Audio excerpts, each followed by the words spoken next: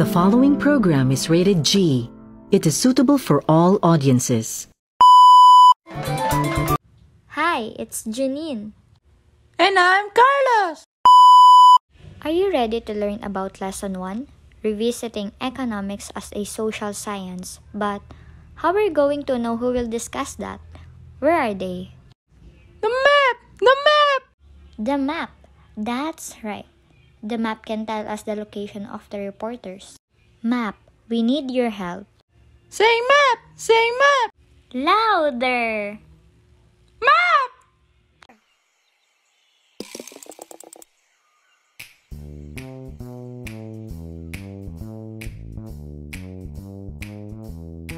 If there's a place you got to go, I'm the one you need to know. I'm the map. I'm the map, Lara the map. Dora and Boots wants to know what is economics, the importance of economics, and the nature of economics. Could you tell us where Diana, Angelica, and Lorilyn are? Yes, you're right. Know what is economics? You need to go to Diana's banana tree. Then, to know the importance of economics, you need to go to Angelica's cornfield. And lastly, to know the nature of economics, you need to go to Lorilyn's blue tree. First, we need to go to Diana's banana tree, then Angelica's cornfield, and lastly, Lorilyn's blue tree. Economics is all about how people make choices on how to use limited resources to satisfy their unlimited wants. Isipin mo na lang na meron kang limited budget. Kunwari, 500 lang yung pera mo. Pero madami kang gustong bilhin. So, limited nga lang yung budget. Gusto mong bumili ng pagkain, ng damit, ng laruan, at kung ano-ano pa. Hindi mo pwedeng makuha yung gusto mo. So, dapat mag-decide ka kung ano yung i-prioritize mo. Kung ano yung mas kailangan mo at kailangan ng pamilya mo or kung kasino. So, dito na papasok ang economics. Ang economics is nakakatulong to sa atin paano ma-understand ng mga tao sa pagde-decide. Hindi pwedeng porket marami kang pera, bibili mo na lahat yung gusto mo. Hindi pwedeng ganon. So, gaya nung kay Alfred Marshall, a famous economist, sabi niya is, ang economics ay all about studying people in their everyday lives, focusing on how they earn and spend money and how they use resources, improve their well-being. So, sabi doon, nakafocus ito sa pag-study ng kung ano yung ginagawa natin sa pang-araw-araw, kung paano tayo mag-focus sa pag-earn ng money. Diba, kapag mag-earn tayo ng money, kailangan natin mag-work. So, ganun yan. Dapat kailangan din natin maintindihan kung paano ba tayo pumili or paano tayo mag-decide at kung ano yung kailangan nating unahin. In simple terms, economy help us understand how people make decisions, about how to use resources, and how those decisions impact our lives and world. So, what is the importance of economics? What it is? Aha! I got it! In my bag! First, importance of economics. Main major news stories are economics in natures, showing how relevant economics in everyday. In major news, what news? So, in everyday life, we are encountering economics. For the news, there are several major stories about it. For example, the always headlines in news is illustrate the hiring cost of what? Of foods, meats, vegetables. That's really hiring what? That's really hiring when the holiday season is nearing. The cost is going to up. And then, that's really have an effect to the household budgeting. The next, economics helps students understand why people and government must budget allocate limited resources wisely. Why? Because economics help us to understand how we more rational decision while we're spending. Third, it guides individuals to make a smarter decision in spending, saving, and investing. So, economics helps by providing framework to analyze the resource allocation. So, individuals can think that they're really aware to make, or they gotta be smart to how they can manage their money and how they can be to make invest for their own money. Fourth, economics teach the whole economy works and affects society. So, by studying how people, businesses, and governments use limited resources, and also by studying the production, job, and prices. Fifth, it helps students to evaluate the government leaders are effective in managing economy. So, malalaman ng mga student na marunong gumamit or marunong manage ang government kasi sa kanila nakita na tamang mag-manage ng budget. Then last, understanding the economics shows how policies benefit to the nations by using data and models for the taxes, spending, and interest job to boost the job and fund services. The nature of economics. Social science. Economics is called a social science because it focuses on people and how they behave, similar to psychology and sociology. Social science means studying society and how people act and affect their surroundings. Economics looks at how people make decisions on using limited resources to meet their many needs and wants. Science. So, science is an organized set of knowledge that explain how causes lead to effects. Another feature of science is that its idea or events can be measured. With these characteristics, economics is considered a science because it is gather, organize, and study different facts to understand economic behavior and situation. Art. Art is a set of rules or methods used to achieve a specific goals. Science helps us to understand things, while art helps us to apply what we know and take an action. Using this idea, economics can also be seen as an art because it gives also practical ways to solve economic problems. Dora and Boots wants to know what is macroeconomics and microeconomics, the divisions of economics and tools of economics. Could you tell us where Julian, Gian and Melody, and Denmark and Syra are? Yes, you're right! To know what is macroeconomics and microeconomics, you need to go to Julian's town. Then, to know the divisions of economics, you need to go to Gian's and Melody's gas station. And lastly, to know the tools of economics, you need to go to Denmark's and Syra's big tree. First, we need to go to Julian's town, then Gian's and Melody's gas station, and lastly, Denmark's and Syra's big tree. Macroeconomics. Macroeconomics is a division of economics that looks at the overall performance of the entire economy. It studies the economy as a whole, not individual economic units. It focuses on the overall flow of goods and resources. It examines the causes of changes in the total flow of money. It studies the total movement of goods and services in the economy. It looks at the general employment and use of resources. It is concerned with economic growth and the expansion of productive capacity. It is study the growth of national income. Ang economics ay ang pag-aaral ng kabuuang performance ng isang ekonomiya, focusing sa mga malalaking issue tulad ng economic growth, inflation, at employment. Ito ay tumitingin sa mga malalaking bagay na nakakaapekto sa ekonomiya, tulad ng pag-growth ng ekonomiya sa pagtaas ng presyo. Tapos, ang mga macroeconomic indicators ay ginagamit upang maunawaan kung gaano kahusay ang takbo ng ekonomiya.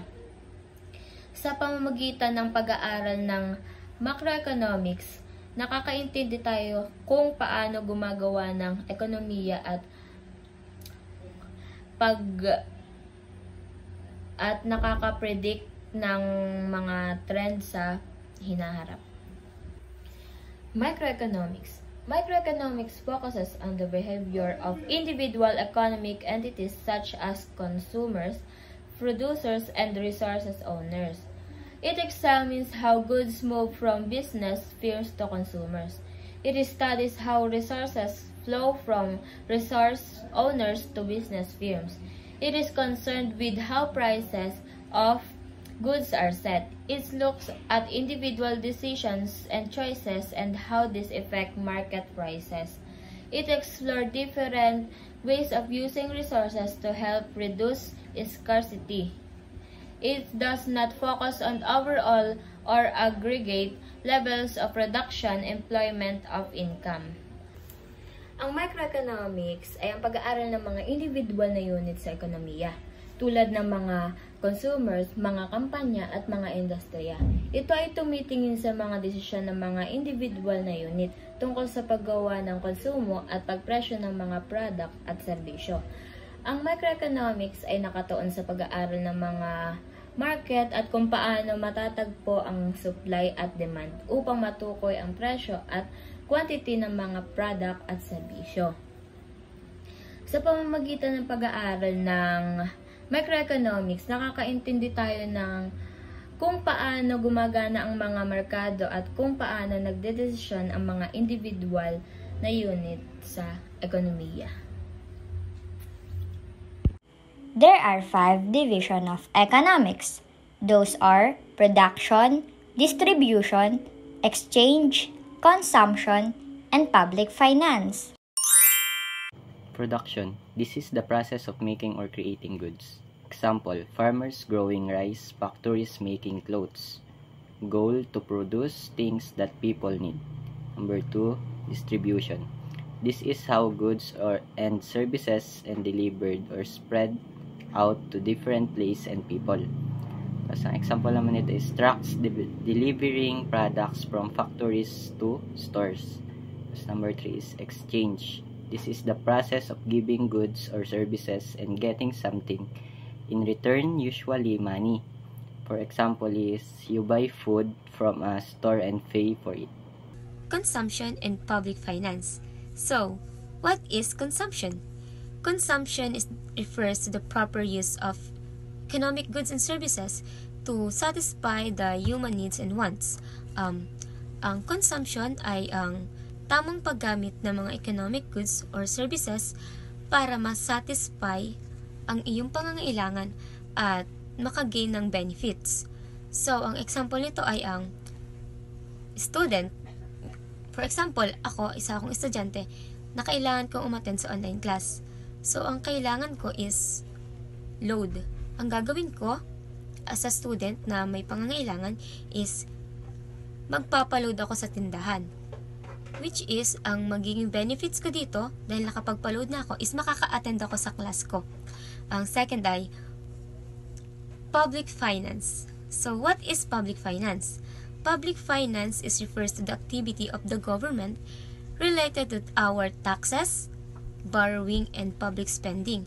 It focuses on the efficient use of fair distribution.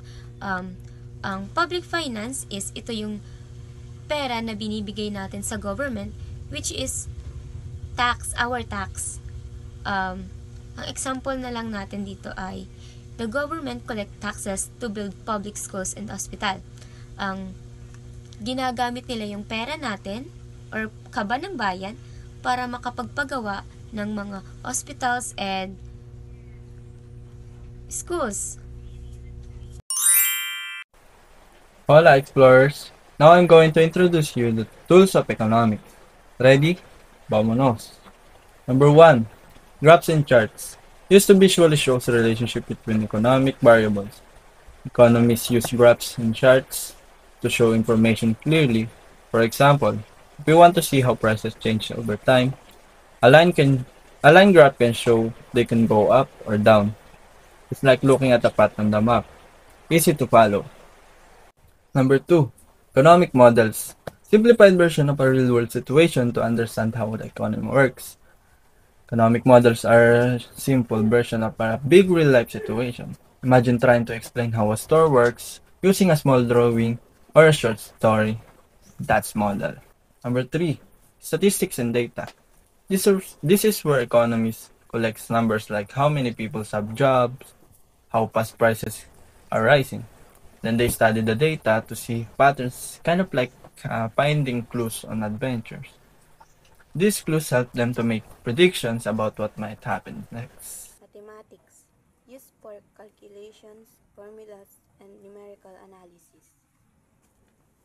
Sa mathematics, kailangan nating gumamit nito kasi para makagawa ng isang formulas or para malaman kung ano yung kakalabasan nito. For example, sa iyong negosyo, aalamin mo kung magkano yung kinita mo doon. Experiments and surveys used to study actual behavior of people and business. So, dito naman sa experiment, ginagamit ito para malaman kung ano yung ginagawa or iniisip ng isang tao sa negosyo. For example naman, sa binigyan mo ng sinurvey mo yung isang customer sa isang negosyo para malaman kung tatanggapin niya ba yung products or hindi. Policy analysis, studying the effects of government actions or economic policies. So, tinutulungan nitong pag-aralan kung ano ang epekto ng mga pagbabago sa batas o sa gobyerno ng economics. Computer simulations, using software or models to predict economic outcomes. Sa paggamit ng computer para hulaan kung ano ang mangyayari sa economics na hinaharap. For example, kung tataas ang presyo ng gasolina, ano ang magiging epekto nito sa mga tao at negosyo? So for our last topic in Lesson 1, let's hear from Mervin what does economic resources means and the three under of it. So, sa madaling salita, si economic resources, siya yung mga pinagkukunan sa economy. Ginagamit para makagawa ng mga produkto at serbisyo. Limited to kaya may bayad. At yung bayad na yun ay income ng may-ari. Meron siyang tatlong klase. Una, si land. Mga likas na yaman tulad ng lupa, tubig at mineral. Halimbawa, yung lupa na ginagamit sa pagtatanim ng palay, yung may-ari nakakuha ng upa. Number 2, labor. Yung ating mga manggagawa. Lakas at talino ng tao. Kasama yung mga construction worker, jeepney, driver, doktor at iba pa. Halimbawa, yung jeepney driver kumikita ng wage sa pagmamaneho. Number 3, kapital. Mga gawa ng tao tulad ng machines at equipment. Halimbawa, yung tractor sa farm. Yung may-ari nakakuha ng interest bilang income. Etong bar ko, over sa choco. Sa akin, over sa choco ang cake. Pati feeling. Fudge din pala bar mo? Fudge bar. Over sa choco. Over sa sarap. Fudge ko yan! Are you ready to learn about Lesson 2? Economics as Applied Science.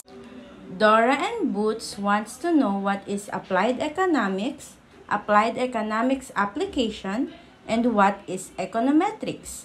Could you tell us where Chris Lawrence, Shania, Jefferson, and Althea, and Marian are?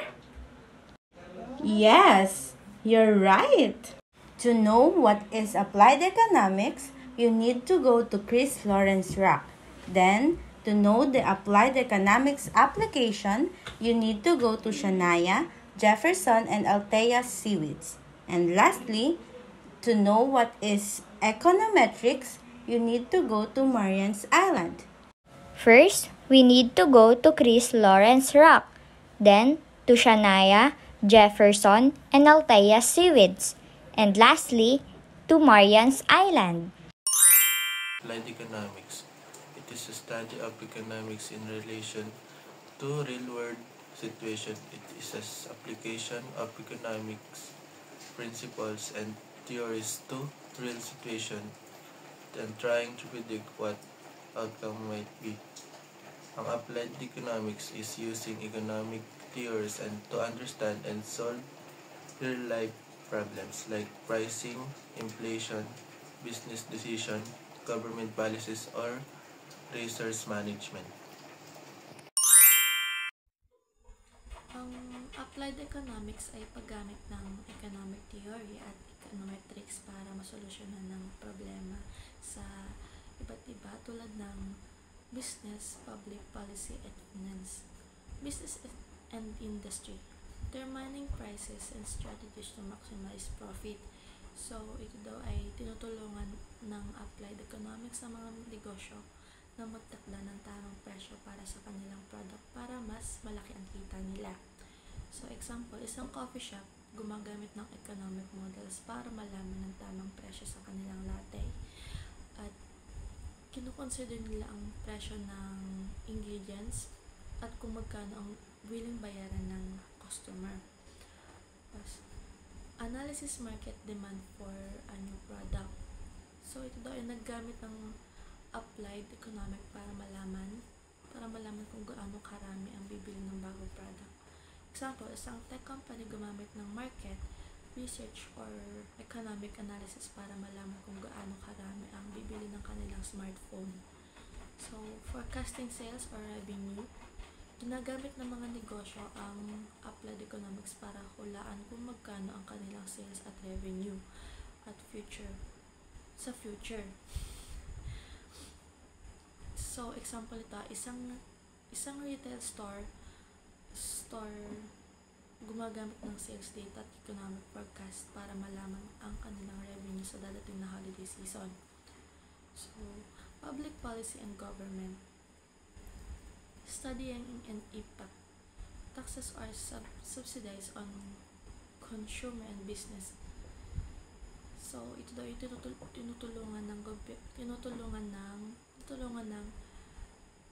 economic ang gobyerno na maintindihan kung paano nakaka-epekto ang taxes at subsidized economic behavior. So, ang example nito is ina-analyze ng gobyerno ang impact ng bagong carbon tax sa negosyo at consumer.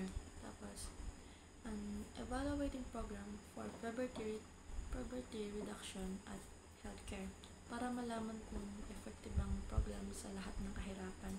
So, example, gobyerno inalap kung nakatulong ang job training program, then predicting the economics effect of new laws or regulation para malaman kung anong effect sa ekonomiya ang mga bagong batas. So, example nito is gobyerno hinuhulaan ng epekto ng environmental regulation. Agriculture and natural resources. This area is all about how we use economics para i-manage ang mga bagay na galing sa kalikasan tulad na lang na food, fish, at trees. Deciding which crop to plant based on market demand and price. This is super practical if the price of corn is expected to be really high next year kasi tumaas ang demand. An economist can use model para mag-suggest sa farmer na plant ng mas maraming corn kaysa sa soybeans is it's about figuring out the most profitable choice given what people wants to buy. Ina-apply natin dito ang law of supply and demand. Now, let's proceed naman sa managing fisheries and forest resources sustainability. Ito yung part kung saan ang economists ay nakakatulong mag-save ng planet and keep business going. If fishery catch too much fish this year, the whole supply would collapse, meaning walang fish for the future. An applied economics helps figure out the optimal catch limits, a number na naglolo sa tao na mag-make money now but also ensure the fish pollution can reduce next year and beyond. Its balance between short profit and long-term sustainability. Using economics data to guide stock market or investment decision, ito yung paggamit ng economics data para i-guide ang stock market o investment decision. And when we hear na ang gross domestic product ay growing really fast or ang unemployed ay dropping, those are economic signal. An applied economics or finance analysis uses the data to predict kung ano ang magpe-perform the certain industry or companies like construction or retail. If the company is growing, they really might suggest investing in growth-oriented stock. It's using big picture data to make micro-level investment calls, assessing risk and return for business or government project. Ito yung pag-assess ng risk and return for business or government project before a company builds a new factory or the government building a new subway line. They need to know if it's a good idea. An economist perform a cost benefits analysis. Kinakalculate nila ang potential return kung magkano ang kikitain of public benefits ang ma-generate nito, and the risk ito kung gaan and risk gaano ito likely to fail or cost more than expected. They use things like discount rate para ma-compare ang money today versus money in the future. This helps decide kung worth the initial investment ba ang project. Labor and employment. Studying unemployment trends and wage levels. Evaluating the effect of minimum wage laws. This area looks at two key things: how many people don't have jobs, unemployment trends, and how many people will get paid at wage levels. It also checks whether minimum wage laws work, like if setting a lowest possible pay helps worker without making business hire fewer people. Health and education. Estimating the economic benefits of vaccination program. Analyzing how education policies affect economic growth. This focuses on how health and learning boost the economy. It figures out how programs save or earn by keeping people healthy and working. It also studies how education rules like better school or free college make the economy grow faster by creating more skilled workers.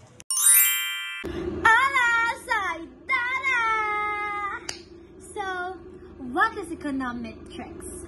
So, econometrics is the application of statistical and mathematical theories to economics for the purpose of testing hypotheses and forecasting future trends. The results of economics are compared and contrast against real-life example. So, ano nga ba ito? Econometrics is basically the use of statistics and math para pag-aralan ng economic data at i-test kung ano ang tama sa economic theories. Ano ba ang mga main goals nila? So, first is mag-test ng hypothesis like nakaka-apekto ba talaga ito sa interest rates sa investment? Ito ay gamit ang regression at iba pang statistical tool. Mag-forecast dapat tayo ng mga future trends tulad ng inflation, GDP growth, o sales ng isang kumpanya base sa past data. And dapat meron ka ding theoretical na plan. Like, dito ginagawa at inaaral ang mga formula at methods or more on math and stat sides. Ito ina-apply din sa applied econometrics naman ay dito naman ina-apply yung methods ng actual data para sagutin ang specific questions sa business, government policy, and finance at iba pa. So for our last topic in Lesson 2, the basic economics problem to be discussed by the adorable trio, they are Melody, Ira, and Rachel. What to produce? The system must be determined the desire of the people. So, dapat, inaalam mo na ng mga producer at mga company kung ano ang mga kagustuhan ng mga tao. At isang halimbawa na nito ay ang ikaw, alam kong gusto mo ng better cameras. At syempre, gusto ko din yon. At pag nalaman yon ng mga producer at ng ibang company tulad ng Samsung, Vivo, at Apple, syempre maglalabas sila ng new model ng cellphone. Goods and services must base on the needs of the people. So, aside from wants, producer must consider the needs of the people. So, ano nga ba yung mga needs ng mga tao? Tulad ng shelter, food, water, and clothing, at marami pang iba. Isang halimbawa natin ng pangangailangan natin ay ang food. So, ang mga company, tulad ng farm company at food company, nagpo-produce sila ng mas maraming bread, rice, at marami pang iba para matugunan yung ating mga basic needs. Factors to consider in deciding what to produce. Availability of source. Production depends on the source available. Tulad ng raw materials, labors, and equipment. So, dahil limited nga lang yung source nyo, syempre, limited din yung maproproduce nyo. Example natin dito ay kung ang lugar nyo ay maraming coconut trees business, and syempre, ang maproproduce nyo lang ay coconut products tulad ng coconut oil, copras, at coconut products tulad ng iba pa. Syempre, hindi naman kayo makakapag-produce ng mango dahil hindi naman available sa inyo yun. Ang available lang ay ang coconut. Physical environment, climate, landform, and location influence what goods can be efficiently produced in an area. Nakakatulong ang lugar at mga klima kung paano tayo mag-produce ng product. For example, kilala nyo naman ang Baguio bilang malamig na lugar. So, dahil malamig ang lugar na yon, dapat nakaayon yung product na ipuproduce nyo. Tulad ng strawberries, lettuce, dahil angkop yung kanilang sitwasyon dun sa lugar. Kasi hindi ka naman pwedeng mag-produce ng mangga dahil ang mangga ay kinakailangan ng mainit na klima. So, hindi angkop kung ganun yung ipoproduce natin. Customs and tradition of people. The culture, beliefs, and tradition of the community can influence what product and services are in demand. Nakakaapekto ang tradisyon ng mga tao sa pagtaas at pagbaba ng demand ng mga product. Tulad sa Pilipinas. Ang Pilipinas ay kilala bilang sa selebrasyon ng Pasko. At tuwing Pasko, tumataas ang demand ng puto bongbong, malagkit, and bibingka. So, ang mga bakery or mga panidero ay nag-produce ng maraming product. At tumataas ang demand nito. Kasi nga, ito yung kilala sa ganong tradisyon or mga events. The quality of output must come first before the quantity. Ibig sabihin, mas mahalagang produktong gagawin ay may magandang kalidad kaysa gumawa ng napakaraming ngunit pangit ang kalidad. Halimbawa, sa paggawa ng cellphone, mas gugustuhin ng kumpanyang gumawa ng matibay at maayos na cellphone kahit nakakaunti kaysa naman gumawa ng napakaraming cellphone ngunit mabilis naman itong masira. The system must select the proper combination of economic resources in producing the right amount of output.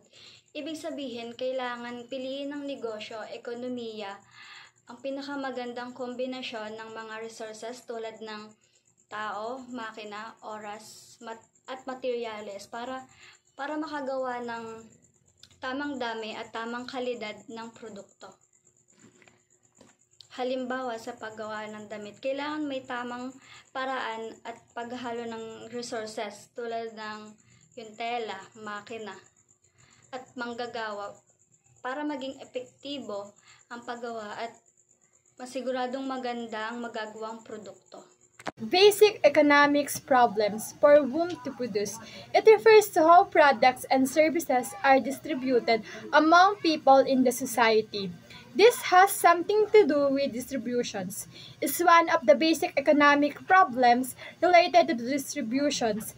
This means that after goods are produced, a decision must be made about who will benefit and who will receive the goods and services. At dahil limited lang ang resources, hindi lahat pwedeng makakuha ng pantay-pantay na dami ng produkto. Once the goods are produced, how shall they be distributed? Ang distribution ng goods ay depende sa uri ng economic system at sa kakayahan o pangangailangan ng mga tao. Una, market economy. Mapupunta ang goods sa mga taong may kakayahang bumili, gaya na lamang pag may pera. Second, command economy. Ang gobyerno ang magdidesisyon kung sino ang bibigyan at gaano karami. Third, mixed economy. Pinagsasama-samang market at government ang maghahandle ng distributions. Sa madaling salita, ang pamamahagi ng goods ay nakadepende sa income ng tao, presyo ng produkto at pangangailangan at sa mga patakaran ng gobyerno.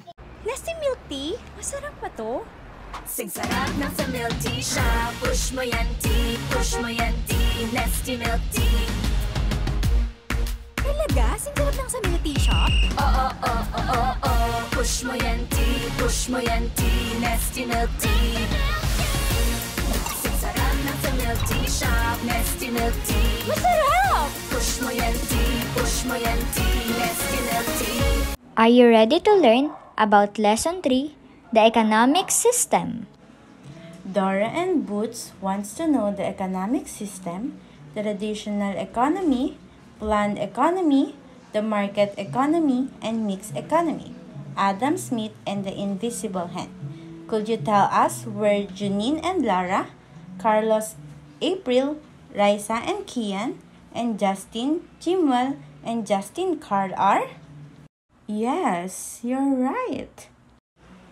To know the economic system, you need to go to Janine's and Lara's lake. Then, to know the 4 types under economic system, you need to go to Carlos, April, Raisa, and Kian's garden. And lastly, to know the Adam Smith and the Invisible Hand, you need to go to Justin, Jimwell, and Justin Carl's gym. First, we need to go to Janine and Lara's lake. Then, to Carlos, April, Raisa, and Kian's garden. And lastly, to Justin, Jimwell, and Justin Carl's gym. So, economic system sa madaling salita, it is a rule book. Para siyang pinakang rule book ng isang society na tumutukoy kung paano nga ba i-manage yung resources ng isang society. It answers the 3 questions. The first one is, what stuff do we make? Second, how do we make it? And the third is, who gets the stuff we make? The first one is, what stuff do we make? Yung isang resources ba is gagawin natin para makapag-produce ng cars or food or healthcare and so on and so forth. Second question is, how do we make it? Siyempre, gaya na an example niya, food. Yung mga food na yan is ginagawa yan sa mga factories. And another thing is from the farmer. Siyempre, bago tanim yung mga yun is may ginagamit silang mga machines. And from pagtatanim hanggang sa i-produce nila yung mga pagkain na yan sa atin. And last question is, who gets what we make? Siyempre, yung mga tao na afford nila yung mga ginagawa nila. Product. And yung basta may pera, kayang-kaya naman nating bilhin kung ano man yung mga ginagawa nilang mga product. Economic system based on customs, traditions, and beliefs that have been passed down through generations. It relies on subsistence activities like farming, hunting, or mga pangingisda o pagtitipon kung saan ang mga produkto at serbisyo ay ginawa upang matugunan ng mga pangangailangan ng isang komunidad sa halip na para sa tubo. And common features include small-scale production, barterings instead of money, and a strong connection to the land and natural resource. Planned economy. Ang planned economy daw ay isang authoritative system na nagdidesisyon ng mga centralized government or planning committee na kung saan nagdidesisyon ng mga good to produce or enforce the people who have no say. So about this topic po, market economy. Yung market economy daw po is an economic system where decision about what to produce, how to produce it, at kung para kanino siya gagawin, na nakadepende po sa supply and demand. Ang ibig sabihin po nun is, kung ano yung gusto ng mga tao at kung magkano sila willing magbayad. Yun po yung masusunod. Kaya po siya describe as most democratic because consumer preferences heavily influence production. Mixed economy. A combined elements of traditional command and free market that both private and public institutions exercise economic control. The problem of distribution goods and service or allocation of economic resources are determined through a combination of the market and government laws and policy. A mixed economy is an economic system that combines the best part of two models. Number one is the free market capitalism. This allows private business and individuals to make most economic decisions complete and pursue profit. This drives efficiency and innovation. Number two, the command planned economy, socialism. This involves government intervention to regulate the market, provides essential public service like healthcare and education, and create a social safety net. This promotes fairness and stability. In short, it is a system where free market exists alongside government regulation and public service. The goal is to use this power of the market to create wealth while using government to ensure social welfare and prevent the worst economic failures. Thank you. Who is Adam Smith? Adam Smith was born on 1723 and died on 1790. He was the founder of classical school and she also known as the father of modern economics. Laissez-faire. Laissez-faire, and a French word for let do or allow to do, is an economic and political doctrine advocating minimal government interference in the economy, believing the markets and individual self-interest naturally lead to the best outcome. Meron din ginawang si Adam Smith na theory, the theory of invisible hand. Ito ay madidiscuss ng susunod sa akin. The invisible hand is a metaphor developed by Adam Smith. It shows how the free trade helps the economy even without direct government regulation. Trade the prices naturally adjust due to supply and demand. He does this for his own benefits, not because he wants to help the society. The invisible hand, discovered by Adam Smith. Government doesn't not get involved. Competition keeps quality high. Competition keeps prices low. And competition self-interest act as a invisible hand that regulates the free market. Profit-seeking procedures will make more. Needs of society automatically met.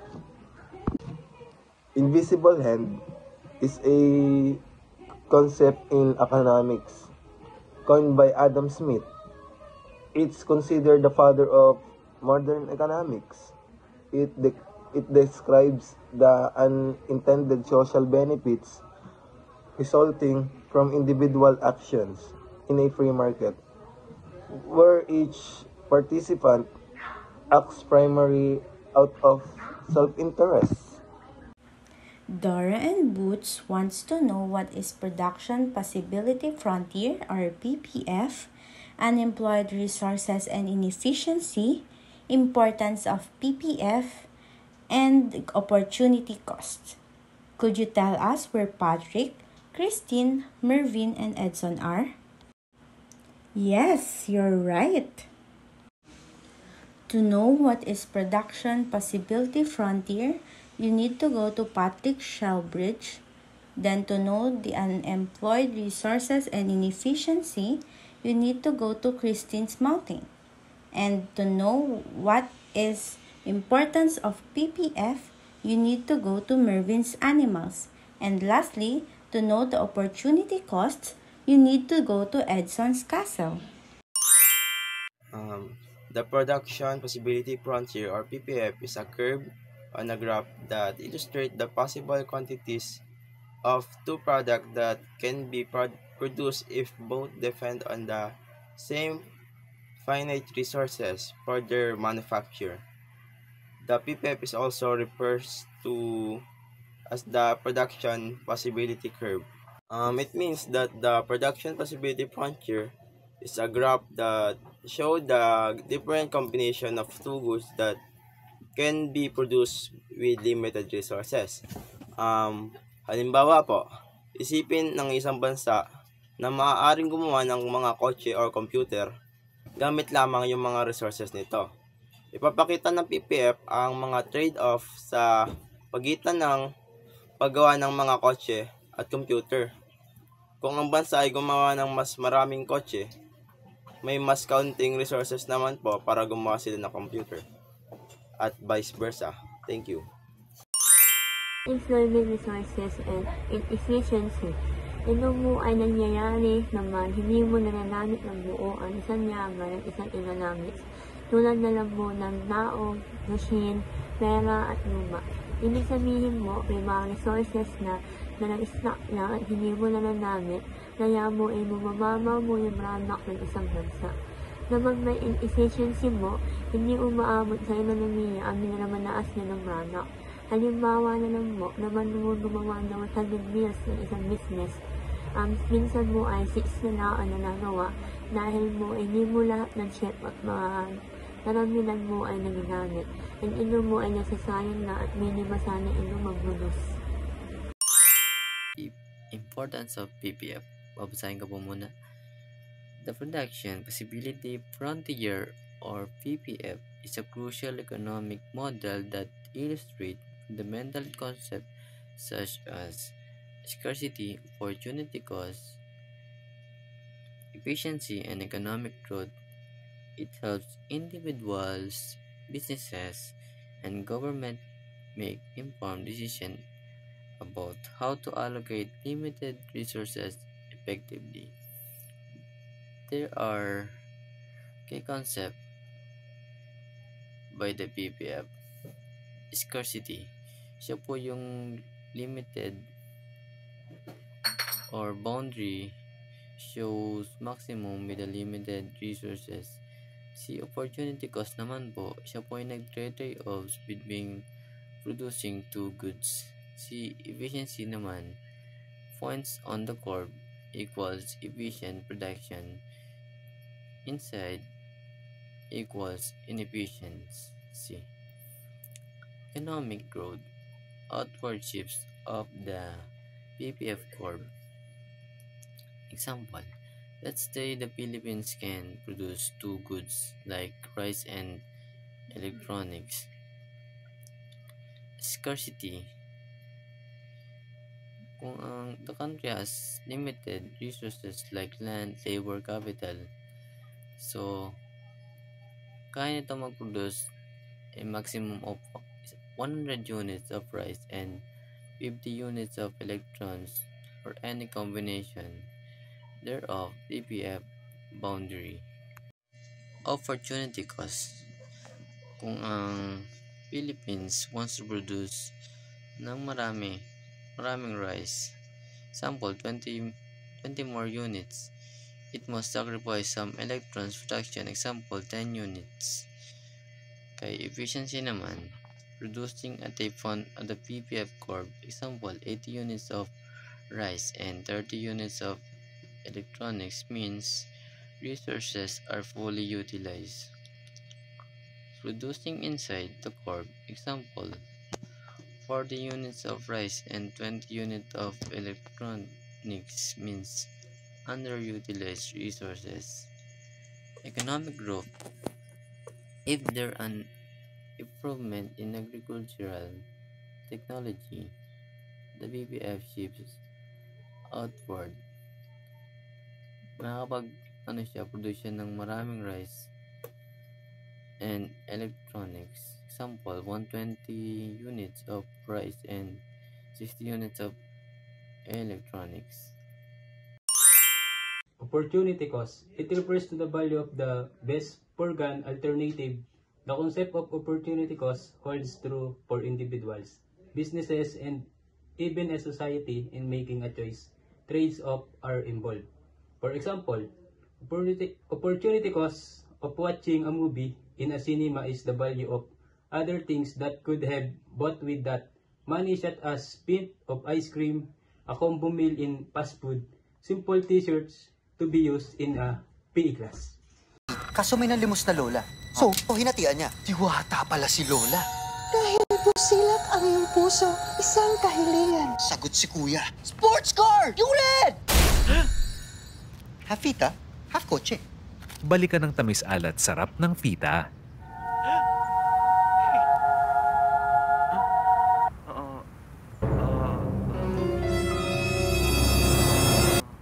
Balikan ng sarap.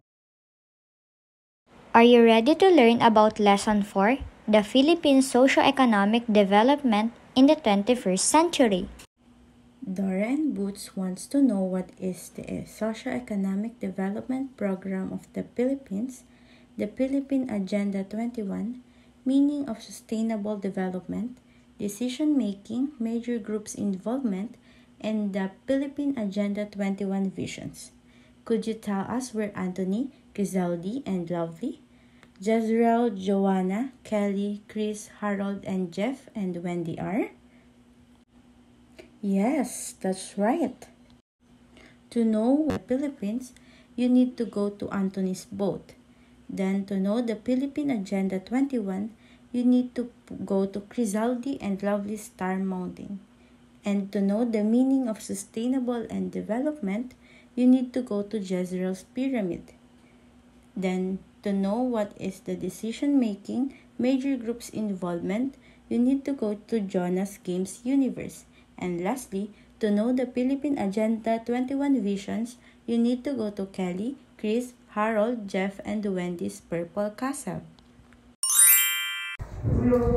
The Socio-Economic Development Program of the Philippines. The Philippines Primary Socio-Economic Development Program in the Comprehensive Philippine Development Plan or PDP 2023 to 2028, formulated by the National Economic and Development Authority or NEDA. The main goal is to achieve deep economic and social transformation to reinvigorate job creation and accelerate poverty reduction, ultimately aiming for a responsive, inclusive, and resilient society where all Filipinos can enjoy a strong-rooted, comfortable, and secure life. Ito po ay based dun sa ambition natin 2040. So, sabi dito is the main goal of this economic and socio-economic development program of the Philippines is to minimize the poverty and yung ang ini-aim nito is magkaroon yung mga Filipino na sabihin natin na mag-i-enjoy sila sa kanilang pagstay dito, and at the same time magiging comfortable sila, hindi sila problema na paano yan, paano yung corruption or what. Basta ang main goal nito is to reduce, sabi dito ay poverty reduction. So hindi man matapos, pero ma-reduce siya, mabawasan yung kanyang cases. The Philippine Agenda 21 is a national actions plan designed to guide the country toward sustainable development. It creates an enabling environment, meaning it sets up policies, institutions, and systems that help different groups, such as the government, private businesses, organizations, and citizens, include sustainability in their everyday decisions. The Philippine Agenda 21, meron tayong tatlo. Una, scale of intervention that is primary based area. Ito yung nakatuon sa mga particular na lugar upang tugunan ang mga isyong pang kapaligiran at pangunlad. Padalwa, integrated island development approach where applicable. Ito naman yung holistikong paglapit sa pag-unlad. Sinasalang-alang nito ang mga tatanging pangangailangan at katangian ng mga ecosystem at isla. Patatlo, people integrity of nature at the center of development. Inuuna nito ang kapakanan ng tao at pagpapanatili sa kalikasan sa mga desisyon sa pag-unlad. Ganun pa rin ang layunin na magkaroon ng balance sa pagitan ng paglago o economy, paglago ng ekonomiya at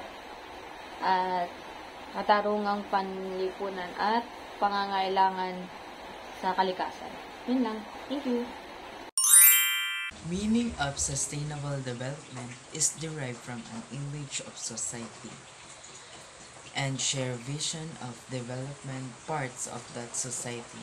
It takes off from an understanding of state of Philippine society and proceed towards an agree upon development's objectives. So, ang meaning sustainable development na po, it based on how we are our society and where we want it to go. We need to understand the current situation in the Philippines first, then plan where we want it to head. Decision-making major groups involvement. A resolution recognizing and advocating the leading participation of non-government organizations and people organizations is the implementation of development program and projects has been passed. The three key factors of major groups are the government, business, and civil society. For example, women, youth, indigenous people, and communities has been recognized as equal partners in shaping, crafting, and implementing development programs. Sa konsepto ng paggagawa ng decision-making para sa mga programang pangkaunlaran, mahalaga na kasama at aktibo ang lahat ng pangunahing sektor o major groups. Una ang gobyerno, pangalawa negosyo, pangatlo ang civil society, kabilang ng non-government organization at people organization. Dahil sa resolusyong naipasa, kinilala ang non-government organization at people organization ay hindi lamang tagamasid kundi ang pangunahing kalahok sa pagpaplano, pagdidesisyon at pagpapatupad ng mga proyektong pangkaunlaran. Isang halimbawa nito ay ang pagpapatayo ng community livelihood program sa isang barangay. Ang una ang gobyerno na nagbibigay ng pondo at pulisya para sa proyekto. Number 2, magbibigay sila ng negosyo, magbibigay ng training sa entrepreneurship at market assist para mabenta ang mga produkto.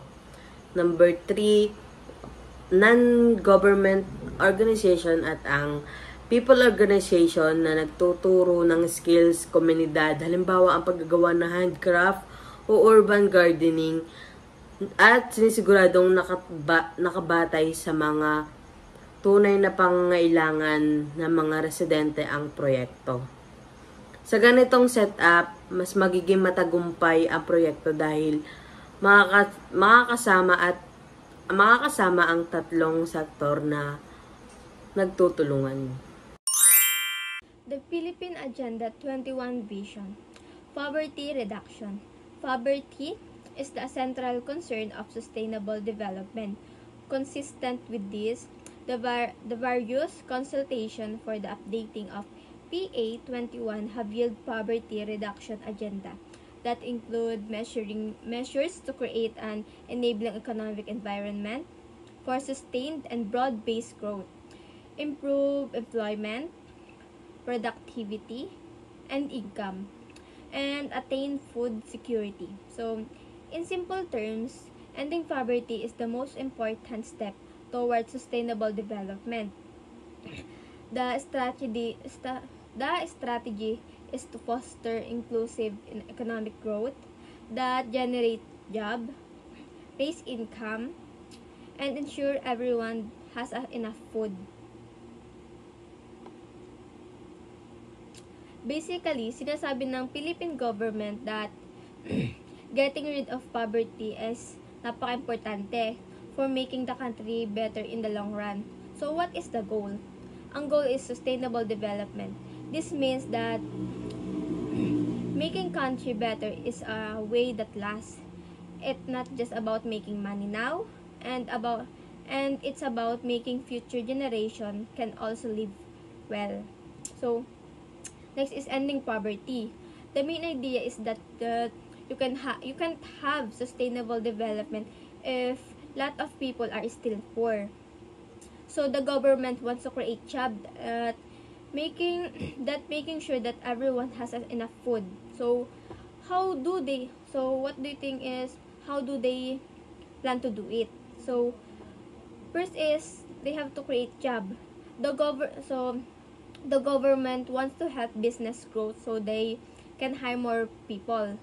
Next is paano nila mapapataas yung income? So the government want to make sure people get paid enough so they can afford live comfortably. Next is ensured food security. This means po is making sure that that everyone has enough food to eat. So, what does it all mean? So, basically is ang Philippine government ay sinasabi that the reduction poverty is the key to making the country better for everyone, both now and in the future. So, social equity. Social equity. Ano nga ba ang social equity? Social equity nga ay means that everyone should have a fair chance and fair shares of resources and opportunities. So, paano nga ba siya gagawin? Let's say, for example, giving a fair distribution resources like money, healthcare, and education should be distributed in a way that considered fair. So, pangalawa nga natin dyan ay equal opportunities. So, everyone should have a fair chance to succeed no matter what, kung ano yung mga background nila. So, dito nga na iwasan natin mga obstacles like discrimination or lack of resources. So, pangatlo natin dyan ay fixing system problems. Dito nga ay nagbabago tayo ng sa mga create ng mga inequalities like sa gender or income. Sa pang-apat natin dyan ay using economic tools, etc. Empowerment and good governance. Yung dalawang yun ay magkasama pero isa-isayin natin. Ano ang empowerment? Ang empowerment naman ay pampapalakas ng mamamayan. Ang good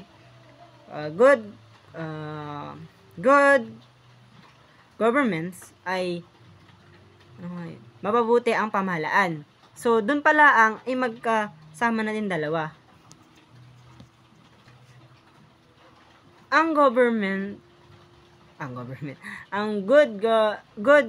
governance ay nagsisilbing pundasyon.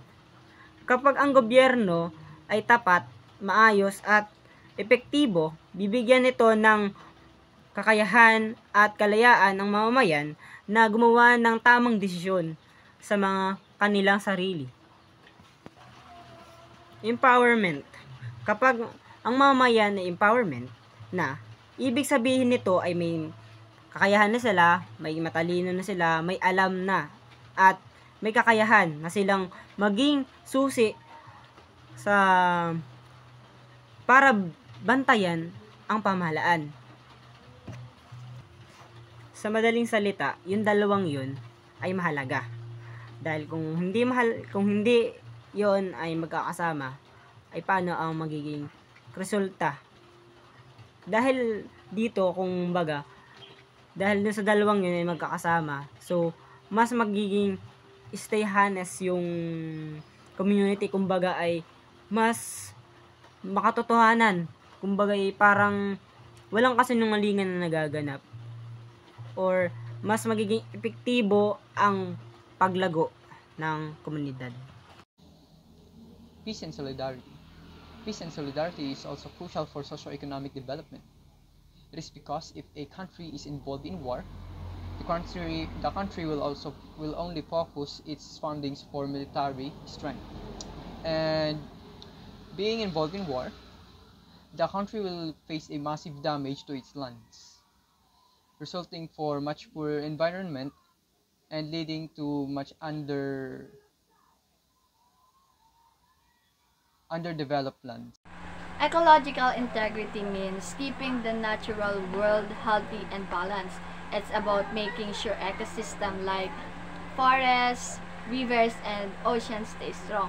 Kapag ang ecological integrity ay maganda or good, nature can help the challenges like climate change, pollution, or other distractions sa mga tinitirhan natin. So, bakit nga po ba mahalaga? So, minemaintain ito o pinapanatili ang mga malilinis na tubig or at saka hangin. Tapos, they support the biodiversity like different plants and different animals.